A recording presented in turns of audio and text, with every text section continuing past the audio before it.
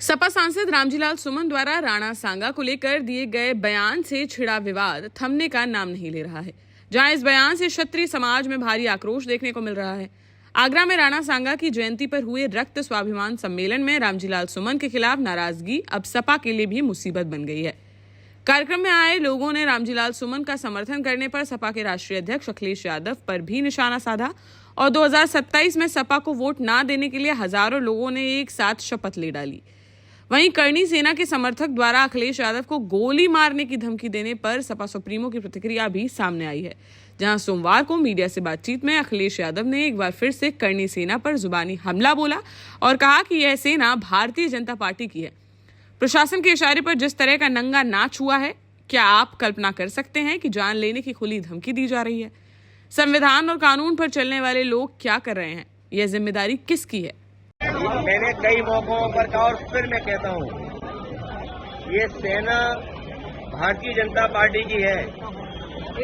ये प्रशासन शासन के इशारे पर जिस तरह का नंगा नाच हुआ है, ये जो कुछ आपको विजुअल्स दिखाई दिए हैं, तलवारें खुली और तमाम लोग लाठी लेकर के गए, वो भाषा किस तरह की इस्तेमाल कर रहे हैं, क्या आप कल्पना कर सकते हैं कि जान मारने की धमकी दे रहे हो, जान लेने की धमकी दे रहे हो? क्या आपकी जान ले लेने और संविधान और कानून पर चलने वाले लोग क्या कर रहे हैं? आखिरकार जिम्मेदारी किसकी है कि अगर कोई किसी को मारने की धमकी दे रहा है तो ये जिम्मेदारी किसकी बनती है कि कार्रवाई हो? और आप कल्पना कीजिए कि जहर कितना घोला इन्होंने। एक सामान्य परिवार के लोग जो कारोबार में भी बहुत सामान्य हैं, उनके अंदर इतना जहर घोल दिया कि वो तलवार लेकर के निकल पड़े कि जान ले लेंगे। वहीं करणी सेना के एक युवक द्वारा खुलेआम अखिलेश यादव को गोली मारने की धमकी देने पर उन्होंने कहा कि गोली मारने का भारतीय जनता पार्टी का पुराना षड्यंत्र रहा है। राष्ट्रपिता महात्मा गांधी को भी गोली मारी गई। यह वो लोग हैं जो हिंसा पसंद करते हैं, जबकि हम लोग बाबा साहब भीमराव अंबेडकर के रास्ते पर चलकर समाज व देश को एक नई दिशा देना चाहते हैं। ये गोली मारने का भारतीय जनता पार्टी का पुराना षड्यंत्र रहा है। हालांकि हम लोग बाबा साहब भीमराव अम्बेडकर जी की प्रतिमा के पास खड़े हैं, बाईं तरफ राष्ट्रपिता महात्मा गांधी जी की प्रतिमा है।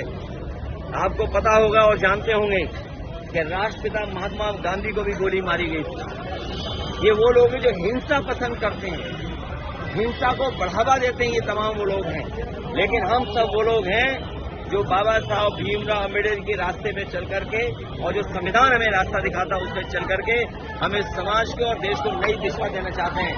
और आज के दिन ये संकल्प लेते हैं कि जो सपना बाबा साहब भीमराव अम्बेडकर जी का था, जो से वंचित पीड़ित लोगों के लिए, पीड़ित परिवार के लिए, हम गाँव में पहुंचा करके आम लोगों को जोड़ करके उनके सपने को पूरा करने का काम करेंगे।